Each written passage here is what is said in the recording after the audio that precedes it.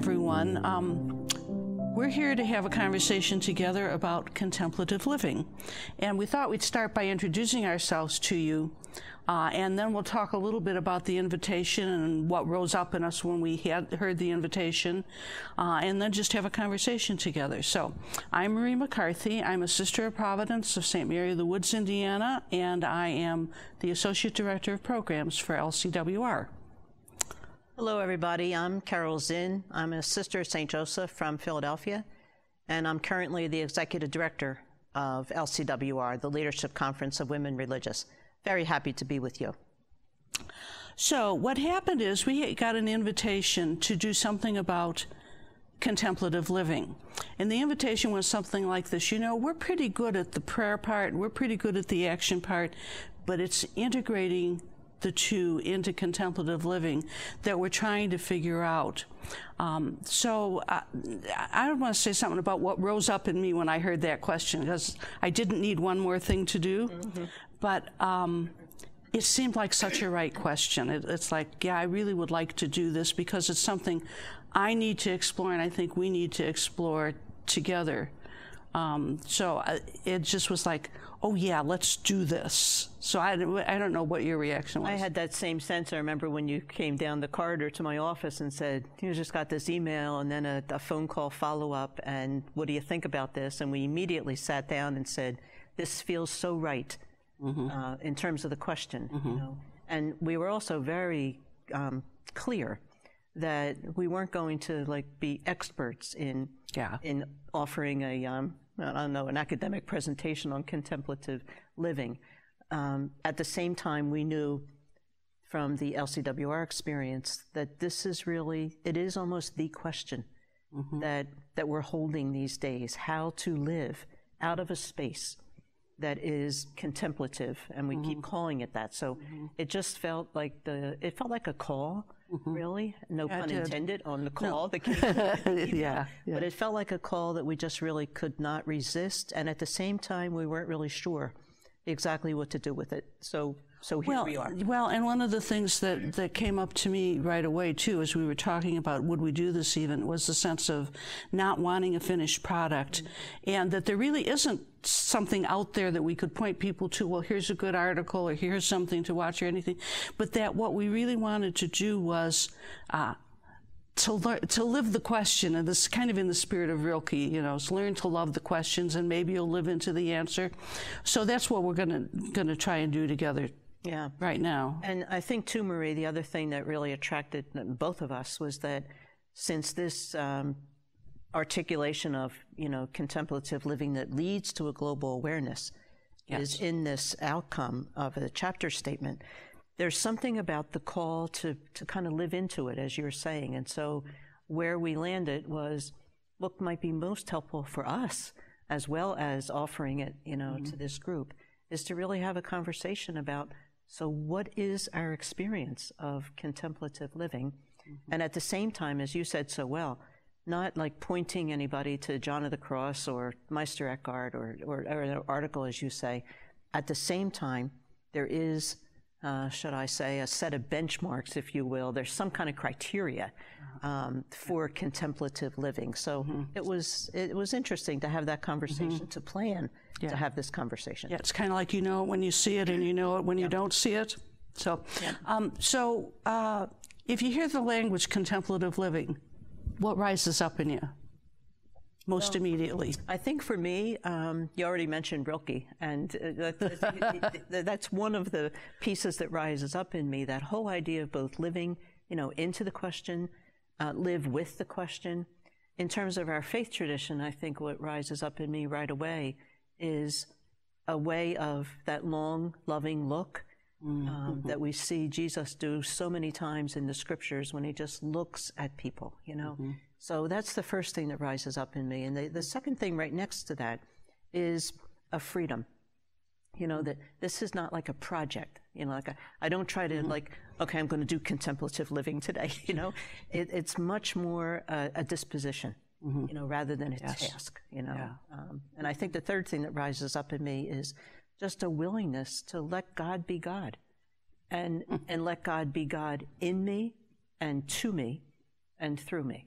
So, I mean, it feels so simple, and yet it's actually a discipline. I find it's something I have to not do, but pay attention to.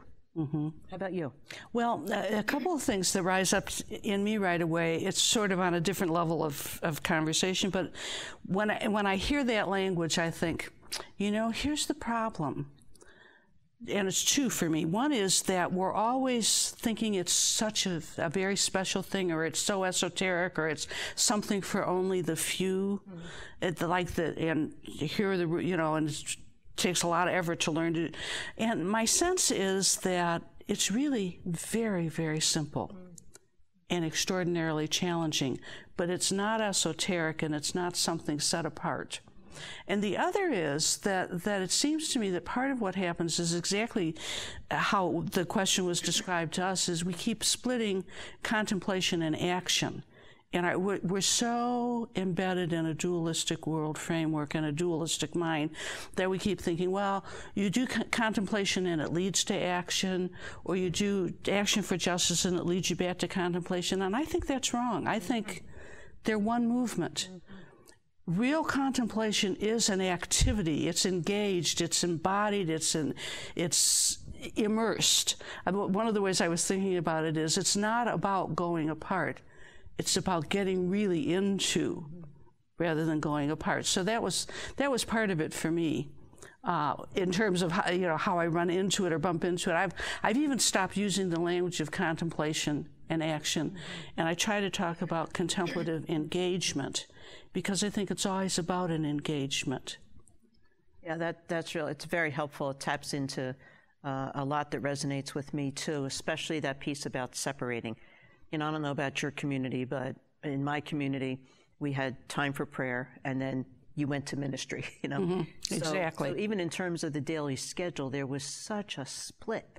It was so clear that now we're saying prayers, and now we're going to ministry. And so I think it's been a bit of a journey for me these 50 plus years, and for my community, to really see that at the heart of this relationship with God, there is not a split.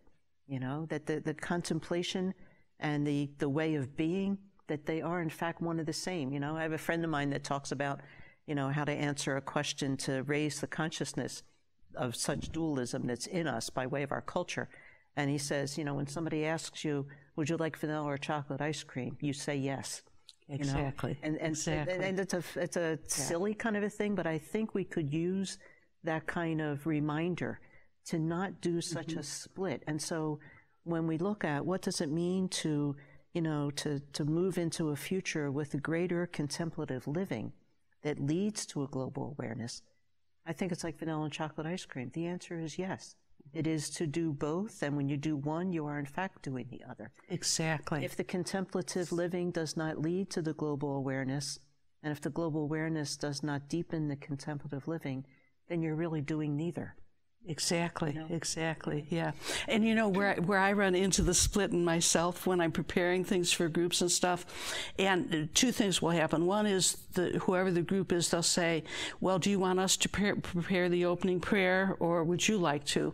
And I always say, no, you don't need to. But then, when you're right with the group and you want to say, okay, now we'll move into prayer, as if we weren't in prayer already. So that kind of, here they are separated. That we're not there in the same way then. Yeah. I think that, to go back to what rises up in me when I even hear the language of contemplative living, and in our faith tradition, it really is about looking at Jesus and knowing that his gaze on me is what I'm invited to do, to gaze not only on him, but on his presence, God's presence, that lives in everything else that lives, you know. And so it seems so simple, you know. But I don't know about you, it's probably just me. Probably is. But, you know, I'll tell you, there are some experiences where I feel like I'm doing that gazing on the very presence of God. And there are other times where I feel like this certainly can't be an invitation to gaze on the presence of God. And I'll tell you what the criteria is. I feel like I'm gazing on the presence of God when everything's okay, you know? Yes. And I feel like I'm not gazing on the presence of God when things, are not okay. Are not okay. Somebody looks at me in a certain way, or somebody annoys me, or something like that. So I think, much like the mystical tradition, the little bit that I know about it, I think of Julian, with her, what was that, a walnut? The chestnut. The chestnut. But in this is the whole of everything, in this conversation right now, in this being present with you and to you and you to me. This is contemplative living, because I'm not thinking about anything else right now except being in this conversation. And again, I don't know about you, but it sounds easy to do, and I can get so easily distracted and make it be about me. It's very easy. And I'm thinking, I'm not doing anything else. In some way I am, because it's like I know there's an audience, and I know there are points I want to make sure we get in. Right. And so the trick to actually stay in the conversation. And as you were talking, when you were talking about that, the contemplative gaze and the loving gaze of Jesus, I came back to it's like one of the things I want to be sure and get in, which is for me, it kind of boils down to 3 points, which is pay attention. And it's a kind of pay attention in the tradition of Mary Oliver, God bless her. I read her poetry, and then I think, how did she do that? She knows how, and at one point she says, I don't know what a prayer is, but I do know how to pay attention. And I think that is what a prayer is. But to pay attention, to be present, to really be present, to be here now, fully here now, which is an extraordinary discipline. And it makes all the difference. And then the last is the welcome whatever comes, kind of in the spirit of Rumi. So it's like whatever it is, it's here to tell us something. So those 3 pieces together, I always turn to them when I'm going to try and talk about this, or when I'm even looking at myself saying, how you doing? Yeah, those 3 pieces are really, really helpful. And, when I think about how to do those 3 pieces as a practice, because it does take It is a practice, that's right. And at the same time, when I am in the presence of beauty, of a newborn baby, a butterfly, sitting at the bedside of someone who is really struggling and getting ready to meet God, all those real poignant moments, those 3 things just come right out of me. You don't think about them. Exactly. And so for me, some of the practice for contemplative living is how to live in that kind of space that doesn't need the baby or the butterfly or sitting by the bedside of, someone who is dying, in order to bring that out of me. How do I live in that space that in this moment I have that same kind of stance, to practice that. And for me, I find that it's in little things, it's in, when somebody's speaking, I look at them. It sounds so silly, but do you know how many people speak and don't look at you, And when I answer the phone or respond to an email, it can be so removed and so technical that I actually have to say to myself, there is a real person who is in the image and likeness of God on the other end of this phone, or on the other end of this email, or that I'm going to walk into in an office and meet them. Little practices, otherwise I get lost in trying to do it rather than letting it be in me, and it's in me in those spontaneous moments of new babies and nature and all, and it's not in me all the time. The daily. In washing the dishes or, answering the phone. But I wash the dishes and answer the phone and answer the email more than I am able to hold a little infant or, have some of those other more spontaneous kind of moments.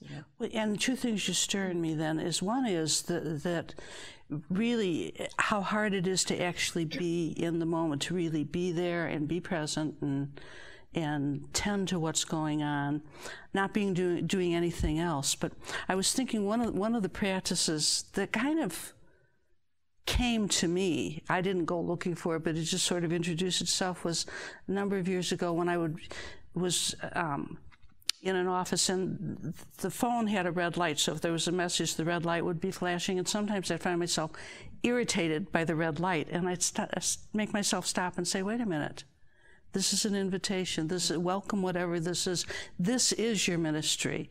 This is not an interruption to your ministry. But it's something about, I was thinking about it this morning. It's like how you be where you are. It's not necessarily what you're doing. It's, are you fully there? Are you really there? So if I'm doing a research project, am I really in it, immersed in it, not thinking about it, doing it, being it in the moment? Or in this conversation, am I really being in the conversation? Or if I'm, one experience I had a long time ago is I was playing a Chopin nocturne. And for just that one time, I was the music. I wasn't playing the music, there wasn't an audience, I was just doing it. And it's that sense. So I think it's more about, what came to me this morning was remembering one of the quotes from our founders. We have many. And this is one that you'll find in several founders and in some of the mystics too. It's like, what does it take to be a saint? Nothing extraordinary. Just do what you're doing every day, but do it for the love of God. So it's that sense of what's the intentionality, and are you really there doing it? Yeah, I think that word intentionality is a big piece, for me, in trying to kind of bring together the two sides of the dualism, to get more seamless, if you will, in how I live my life, in how I live in relationship, with God and with every other being that lives. And one of the practices for me is that intentionality, The flashing red light on the phone is a good example. It reminds me of the day that my father died. My little grandniece, 2 years old, came up the steps. I was upstairs resting, and my brother had come to relieve me to sit with my dad. And she came up the steps, and I had my eyes closed, and I can still, she's now 26 years old, but I can still see her at age 2 climb up on the bed, stretch out on top of me, and put her hands on my cheeks like this, and my eyes stay closed, and she's whispering, Carmel. She never called me Carol, she called me Carmel, whispering, are you in there? Are you in there? Are you in there? And so That's I think yeah. that the red light blinking for me is Katie saying to me, are you in there, Aunt Carol? Yeah. Are you in there? I hear God say that in this situation. Are you in there? Stay there. First of all, are you in there? So I find whatever kinds of practices that I might be able to do based on my own personality and what my daily schedule is, but some way to be intentional. And it's almost like once we make ourselves available to God, God does the rest, That's it's not our work. Exactly. And what it brings me to too is that also the sense of then there's a way in which we don't need to worry about it. And the very moment in which I'm starting watching myself to see if I'm living contemplatively, the answer is no. Yeah. Because I'm watching myself. I'm not being there out available to whatever is there in the environment around me. So, but it's that, are you in there? Yeah. And we know those moments, and you feel so alive when you are in there. Whatever it is you're doing. And when you're not in there, you just, I'm tired, I'm mopey, or fussy, or off balance. So it's not really about, there's a way in which it's not about the externals. It's about this living from a different space, and it's about moving beyond that dualistic mind. Cynthia Brigitte talks about changing your operating system. It's a helpful metaphor to me because it's like changing from the binary operating system to a unitive one. It's like, oh, okay, so from here, it all fits. From here, it doesn't. And trying to make it fit, it is a clear sign that where we're being invited to go is not at all where we're going. That's right. When you say about like kind of making it fit and operating from a different space inside ourselves, not externally, it reminds me of, you know, the ultimate goal, if you will, of a life of meaning and purpose, and in this conversation of contemplative living is communion. You know, Yeah. within ourselves, you know. Ignatius in his discernment talks about the 5 main gifts of discernment. And the one is first one is to know yourself.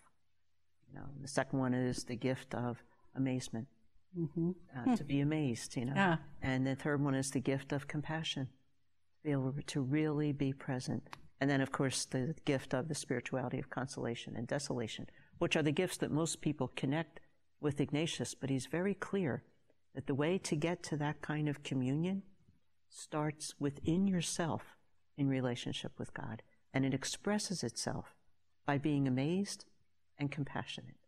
So again, those are some practices for me that I can pay attention to when it's all about Carol, you know, and I know what that feels like, you know.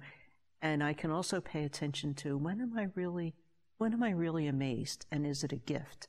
And when am I really compassionate, and is it a gift? Because the ultimate goal is communion, but it has to start in here, and my communion of my own mindset, my own mind, heart, you know, will, all of that, all has to be in unitive, you know.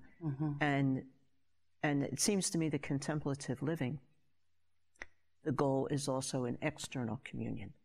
That anywhere I go, any relationship I'm in, my spiritual director used to say to me, a good way to do an examen at the end of the day is to say, was that plant, was that phone call, was that person, was that agenda more of itself for having engaged you, or less of itself for having engaged you? So I think the inside communion and then expressed as communion, the more we can have that kind of unity, that helps me to know whether am I really living from a place of contemplative stance and prayer and skills, which then, of course, means that everything I look at, it's like putting on a pair of glasses, you know. I look at some of the global issues, some of the needs of our world. I look at the person sitting next to me or in the office next to me.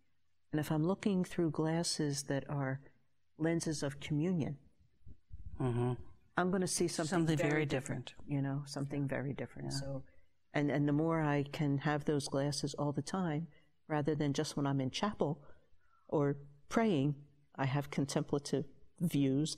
And then when I go to the kitchen and there's string beans again for lunch, I don't have my contemplative glasses on anymore, you know. So anyhow, just that whole idea of communion is both the source and the summit of contemplative living.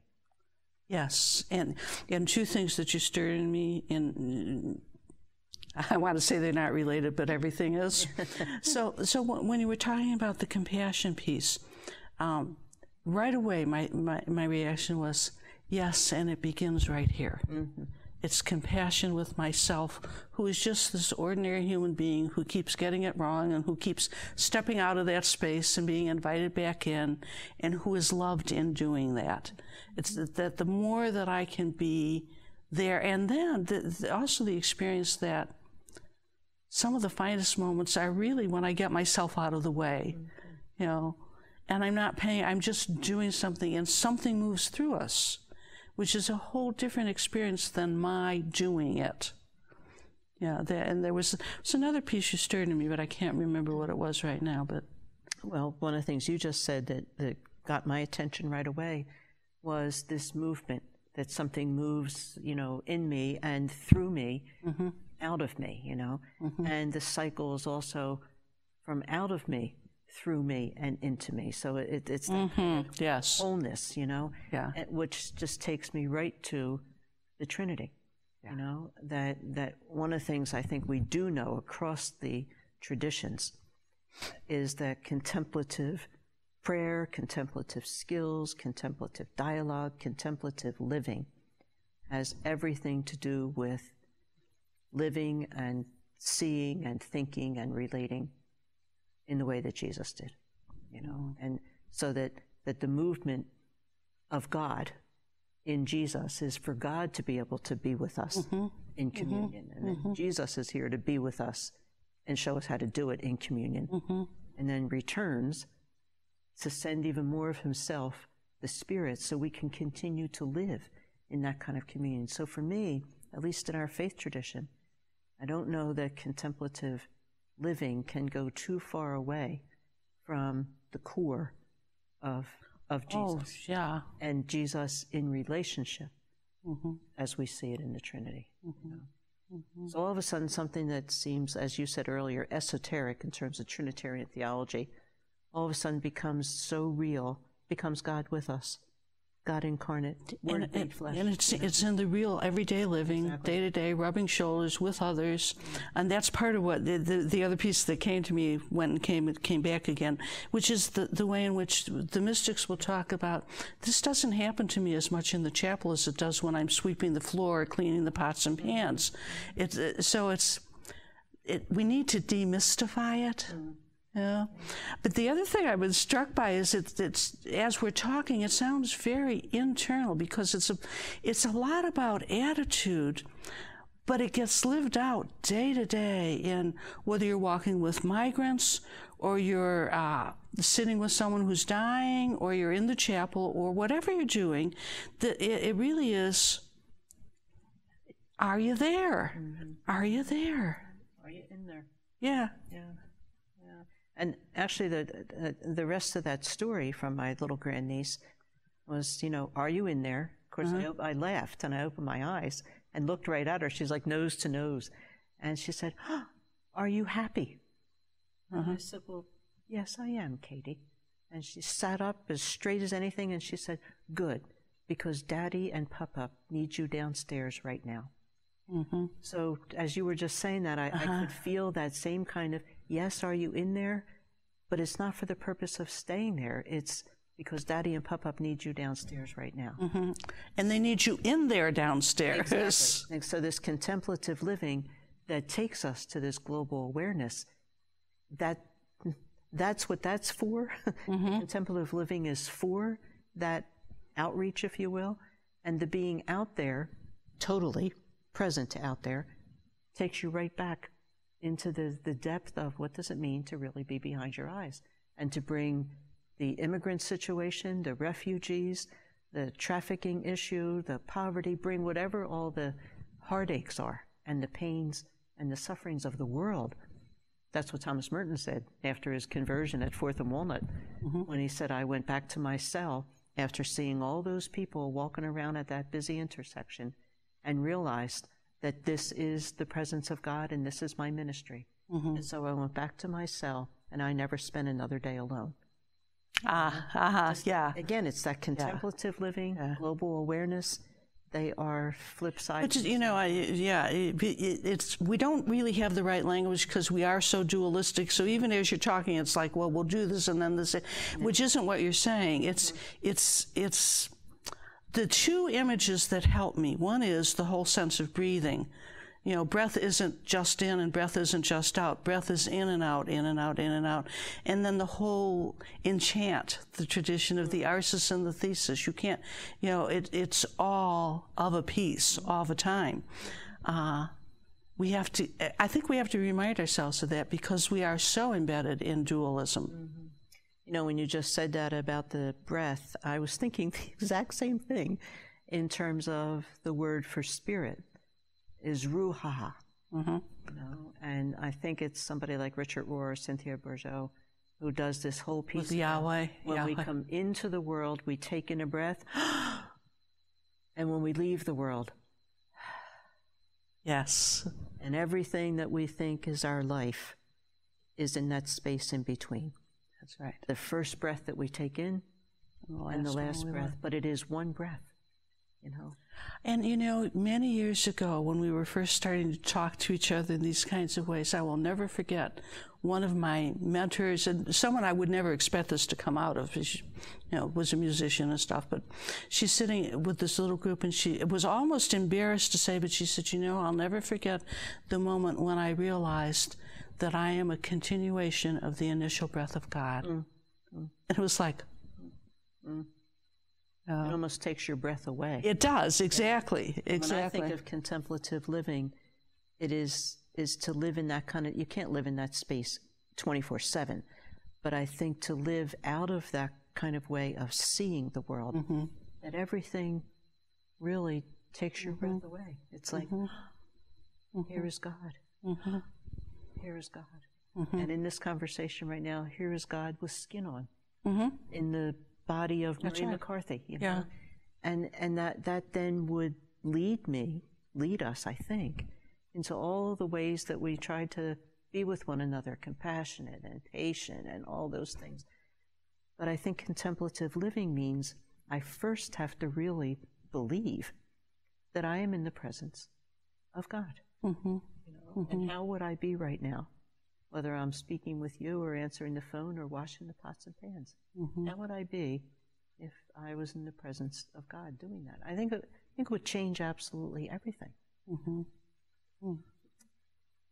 I'm wondering, when I think about the reason why we were so excited about this question, you know, and it felt so right to have a conversation about contemplative living, and many of our members in LCWR apostolic congregations, institutes, and a fair number of them are realizing that historically there's a movement of God happening, you know, where some of the energy and the ability to actually kind of be out there, if you will, and living the life fully in active ministry, that is shifting a bit. And one of the things I've thought about is, I wonder if this moment in religious life, in LCWR communities at least, is not about the fullness of what it means to live a life lived in the Paschal Mystery, which is what religious life is. So live a life between coming into existence and going out of physical existence. I wonder if this moment in time might be an opportunity for us to actually offer the world the fullest of what we might have to offer the world. Not that the schools and the healthcare and the social service, not that that wasn't good, but because so many women religious in the United States now are of a maturity that some of that actual doing is shifting. And I worry sometimes that we might think, well, I can't do anymore, so now I'll pay attention to being, you know? So I'm trying to lift up the invitation maybe that this moment in our own history is happening at a time where our energy is perfect for this kind of way of being in the world. And when I do it in my prayer, when I do it in this relationship, when I'm living this way, when I'm washing the pots and pans or helping out in the mother house or whatever I might be, I'm actually changing the world. Yes, exactly. I'm putting energy out there that is from the heart of God. And that's why the like paying attention to the universe story and how the universe works is important, because in fact, then you begin to see that as we're doing this, whatever it is we're doing, if we're really there and we're really present, we are sending energy out, and it does make a difference. It makes a huge difference. An archivist said a number of years ago that as she studied kind of the data and the profile, you know, of women religious in the United States, she said never before in the history of religious life in the United States has there been such a reservoir of contemplative energy. Isn't that wonderful? A reservoir of contemplative energy. And then the historian in her said, and more than likely, it will be with us for maybe 30 years, and more than likely, it will never be again. And so it makes me wonder, as I look at just our situation, what's this reservoir for now? Yeah. Why is God providing women religious who are who they are, who are able to do what they can do and all of that, at a time when the world and the country and our church, whom we love, seems like to need us in such a way? And I wonder if some of our own dualism is the way we're needed now in this life is this contemplative living, which is very different than when many of us first came here and we built schools and did all of those kinds of things. So it's an internal shift for an external need and response to it's reading the signs of the times and responding. Exactly. You know, what came back to me was something Janet Mock said a number of years ago in a conversation, and it has really stayed with me because she talked about that. You know, we used to talk about the 50s and the 60s as the heyday of religious life. And she said, I think today is the heyday of religious life because we talk more about who God is now than we ever used to in the past. And as soon as you said it, I thought, that's absolutely right. This is what we're to be about. This is how we're to be about it. And it's not our doing. It's not our doing. And it's exactly what happened 100 years ago, 150 years ago, 200 years ago, however long each of our institutes have been here in this country or have been around since our foundation. We did the same thing, you know, and it looked very different. And so I wonder sometimes in our dualism if we can be tempted to think that, well, I can't do anything now except I just pray. I just pray. I just pray, yeah. Yeah, we were praying early on, and it had a very different look to it, you know. I think that the challenge is to really be able to see the seamlessness of our own lives. And it's not like, well, now because I can't run out the door and get in the car and go to a school or something, now I can now sit in chapel and just be, and be more attentive to contemplation. We were attentive to contemplation 50, 60, 70 years ago. It looked very different. I think the invitation now is to be more mindful of the glasses that we put on back then. Because, you know, when you taught third grade, you had no idea what was going to happen to those children. You did it in a sense of mystery and great love and knowing that you were making a contribution. I think that's still the rhythm. The mystery, the great love, and making a contribution, you know. I think one of the pieces that comes to me when I think about communion and understanding in our faith tradition the core place of Jesus in this contemplative invitation to be like him, if you will. And the consecrated life, of course, is rooted in Jesus Christ. One of the pieces that just always surprises me, that seems helpful, is how I'm tempted, and I think we are, to be smaller than God desires us to be and gives us the capacity to be. And somebody recently, you know, said that we have to really deliberately refuse the smallness. Yes. You know? Refuse to think that we're too small or too old or whatever it might be.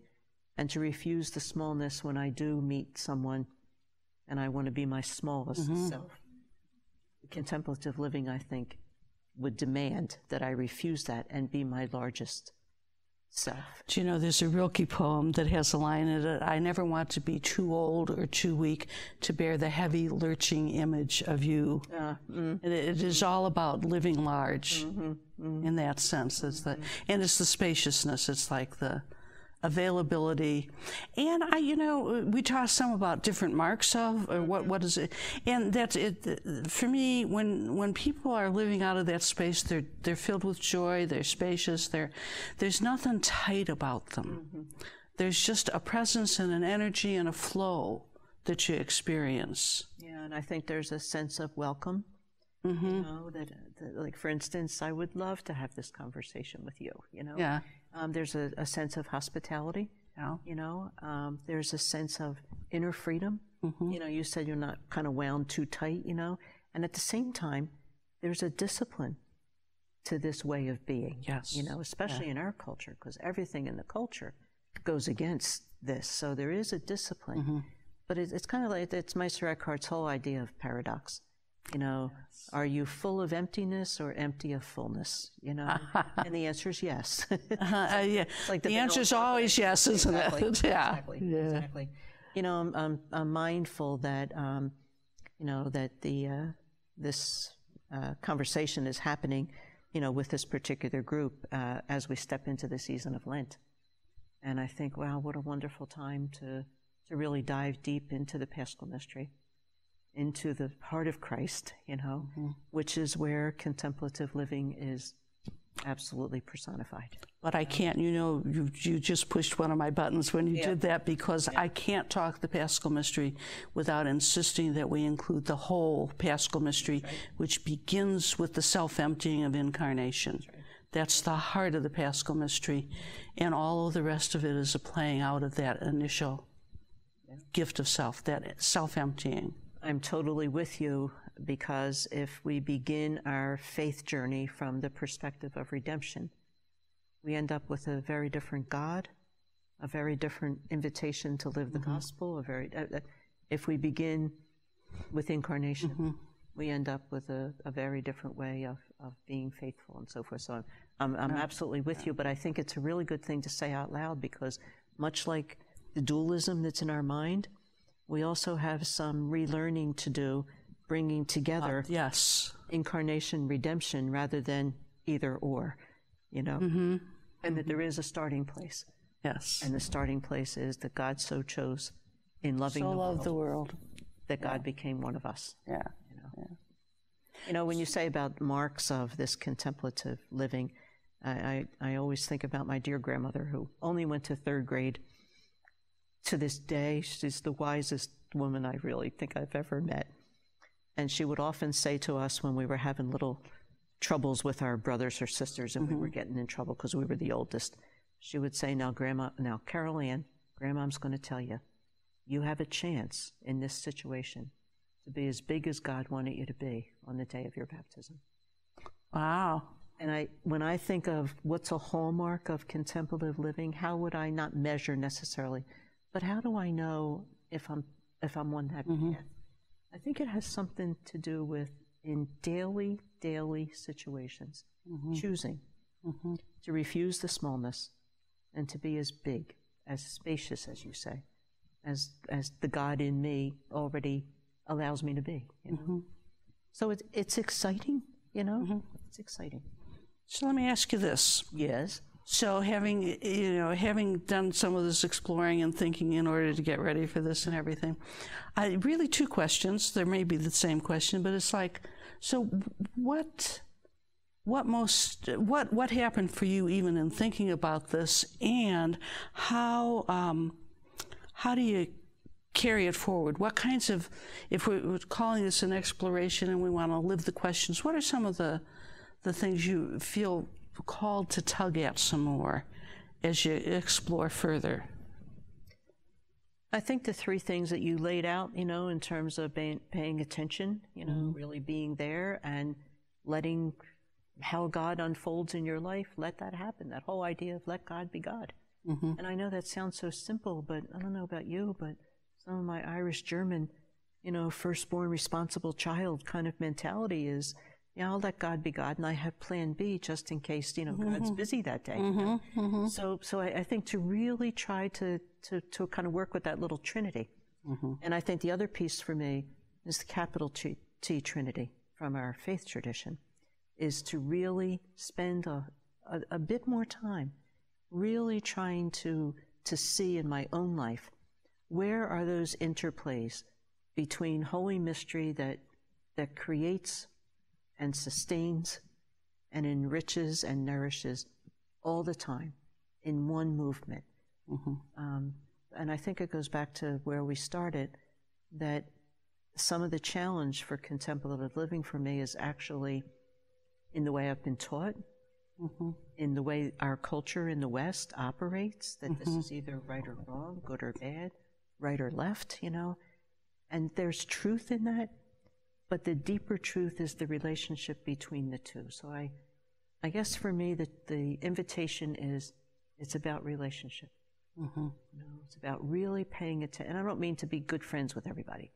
To really be that kind of relationship that if God's self was sitting there in form that I would typically recognize, how would I be? And then to know that God's form is sitting right in front of me, and let that direct how I am. That's where the exploration is for me. So it's really paying attention. to who I am and how I am. How about you? Well, what was interesting, I was thinking part of what happened for me is I paid more attention because we were going to be doing this. So, and it's almost amusing to me because if I would have to say, I failed this morning. You know, it was one of these busy, crazy, and I was just everywhere except where I was. But even in recognizing that, and it's like, oh, okay, you know, that we continue to work with and grow into. But one of the other things, one person that I was talking with said that, and it's really true for me, so it hit me in a particular way. She talked about contemplative living as being embodied living, or living below the neck. And I am said, this is part of my Irish heritage, is I have no body, you know. You know, I've got all of this, and what does it mean, and how does it happen that you begin to hold the whole of it? And you know, it's like I went back to Aquinas. Nothing is in the mind that wasn't first in the senses. So, can I pay attention more to how my body is, as if it were separate from me, in the world? You know, when it's not separate from me. So that's an exploration for me that I think is going to be important. And then I always love the welcome whatever comes. It's like the Spirit Rumi's guest house, you know, and he says, whatever it is, you know, however dire or nasty or whatever it is, it's a message from beyond. But my own awareness, and it's like you said earlier in relation to something else, it's like it goes really fine when I like what it is. And it's when I need to welcome what seems like it is not of the Holy One. There's a wonderful Eckhart reading, a poem, but he talks about that really that God is in everything, so it's even in evil. You know, even in that, always it's all there, it's all part of the revelation of who the Holy One is and how we're being called. You know, when you say that about, you know, the poetry, one of my favorite pieces from Rilke is this piece where he says, she who reconciles the ill-matched threads of her life. Yes. And weaves them gratefully into a single cloth. It's she who drives all the other loudmouths from the room to prepare it for another kind of celebration, where the one guest is you, O God. I go to that first stanza of that poem so many times, all the ill-matched threads of my life, and my effort at trying to weave them, you know, for the purpose of clearing out this space in me, yes, where the one guest is God.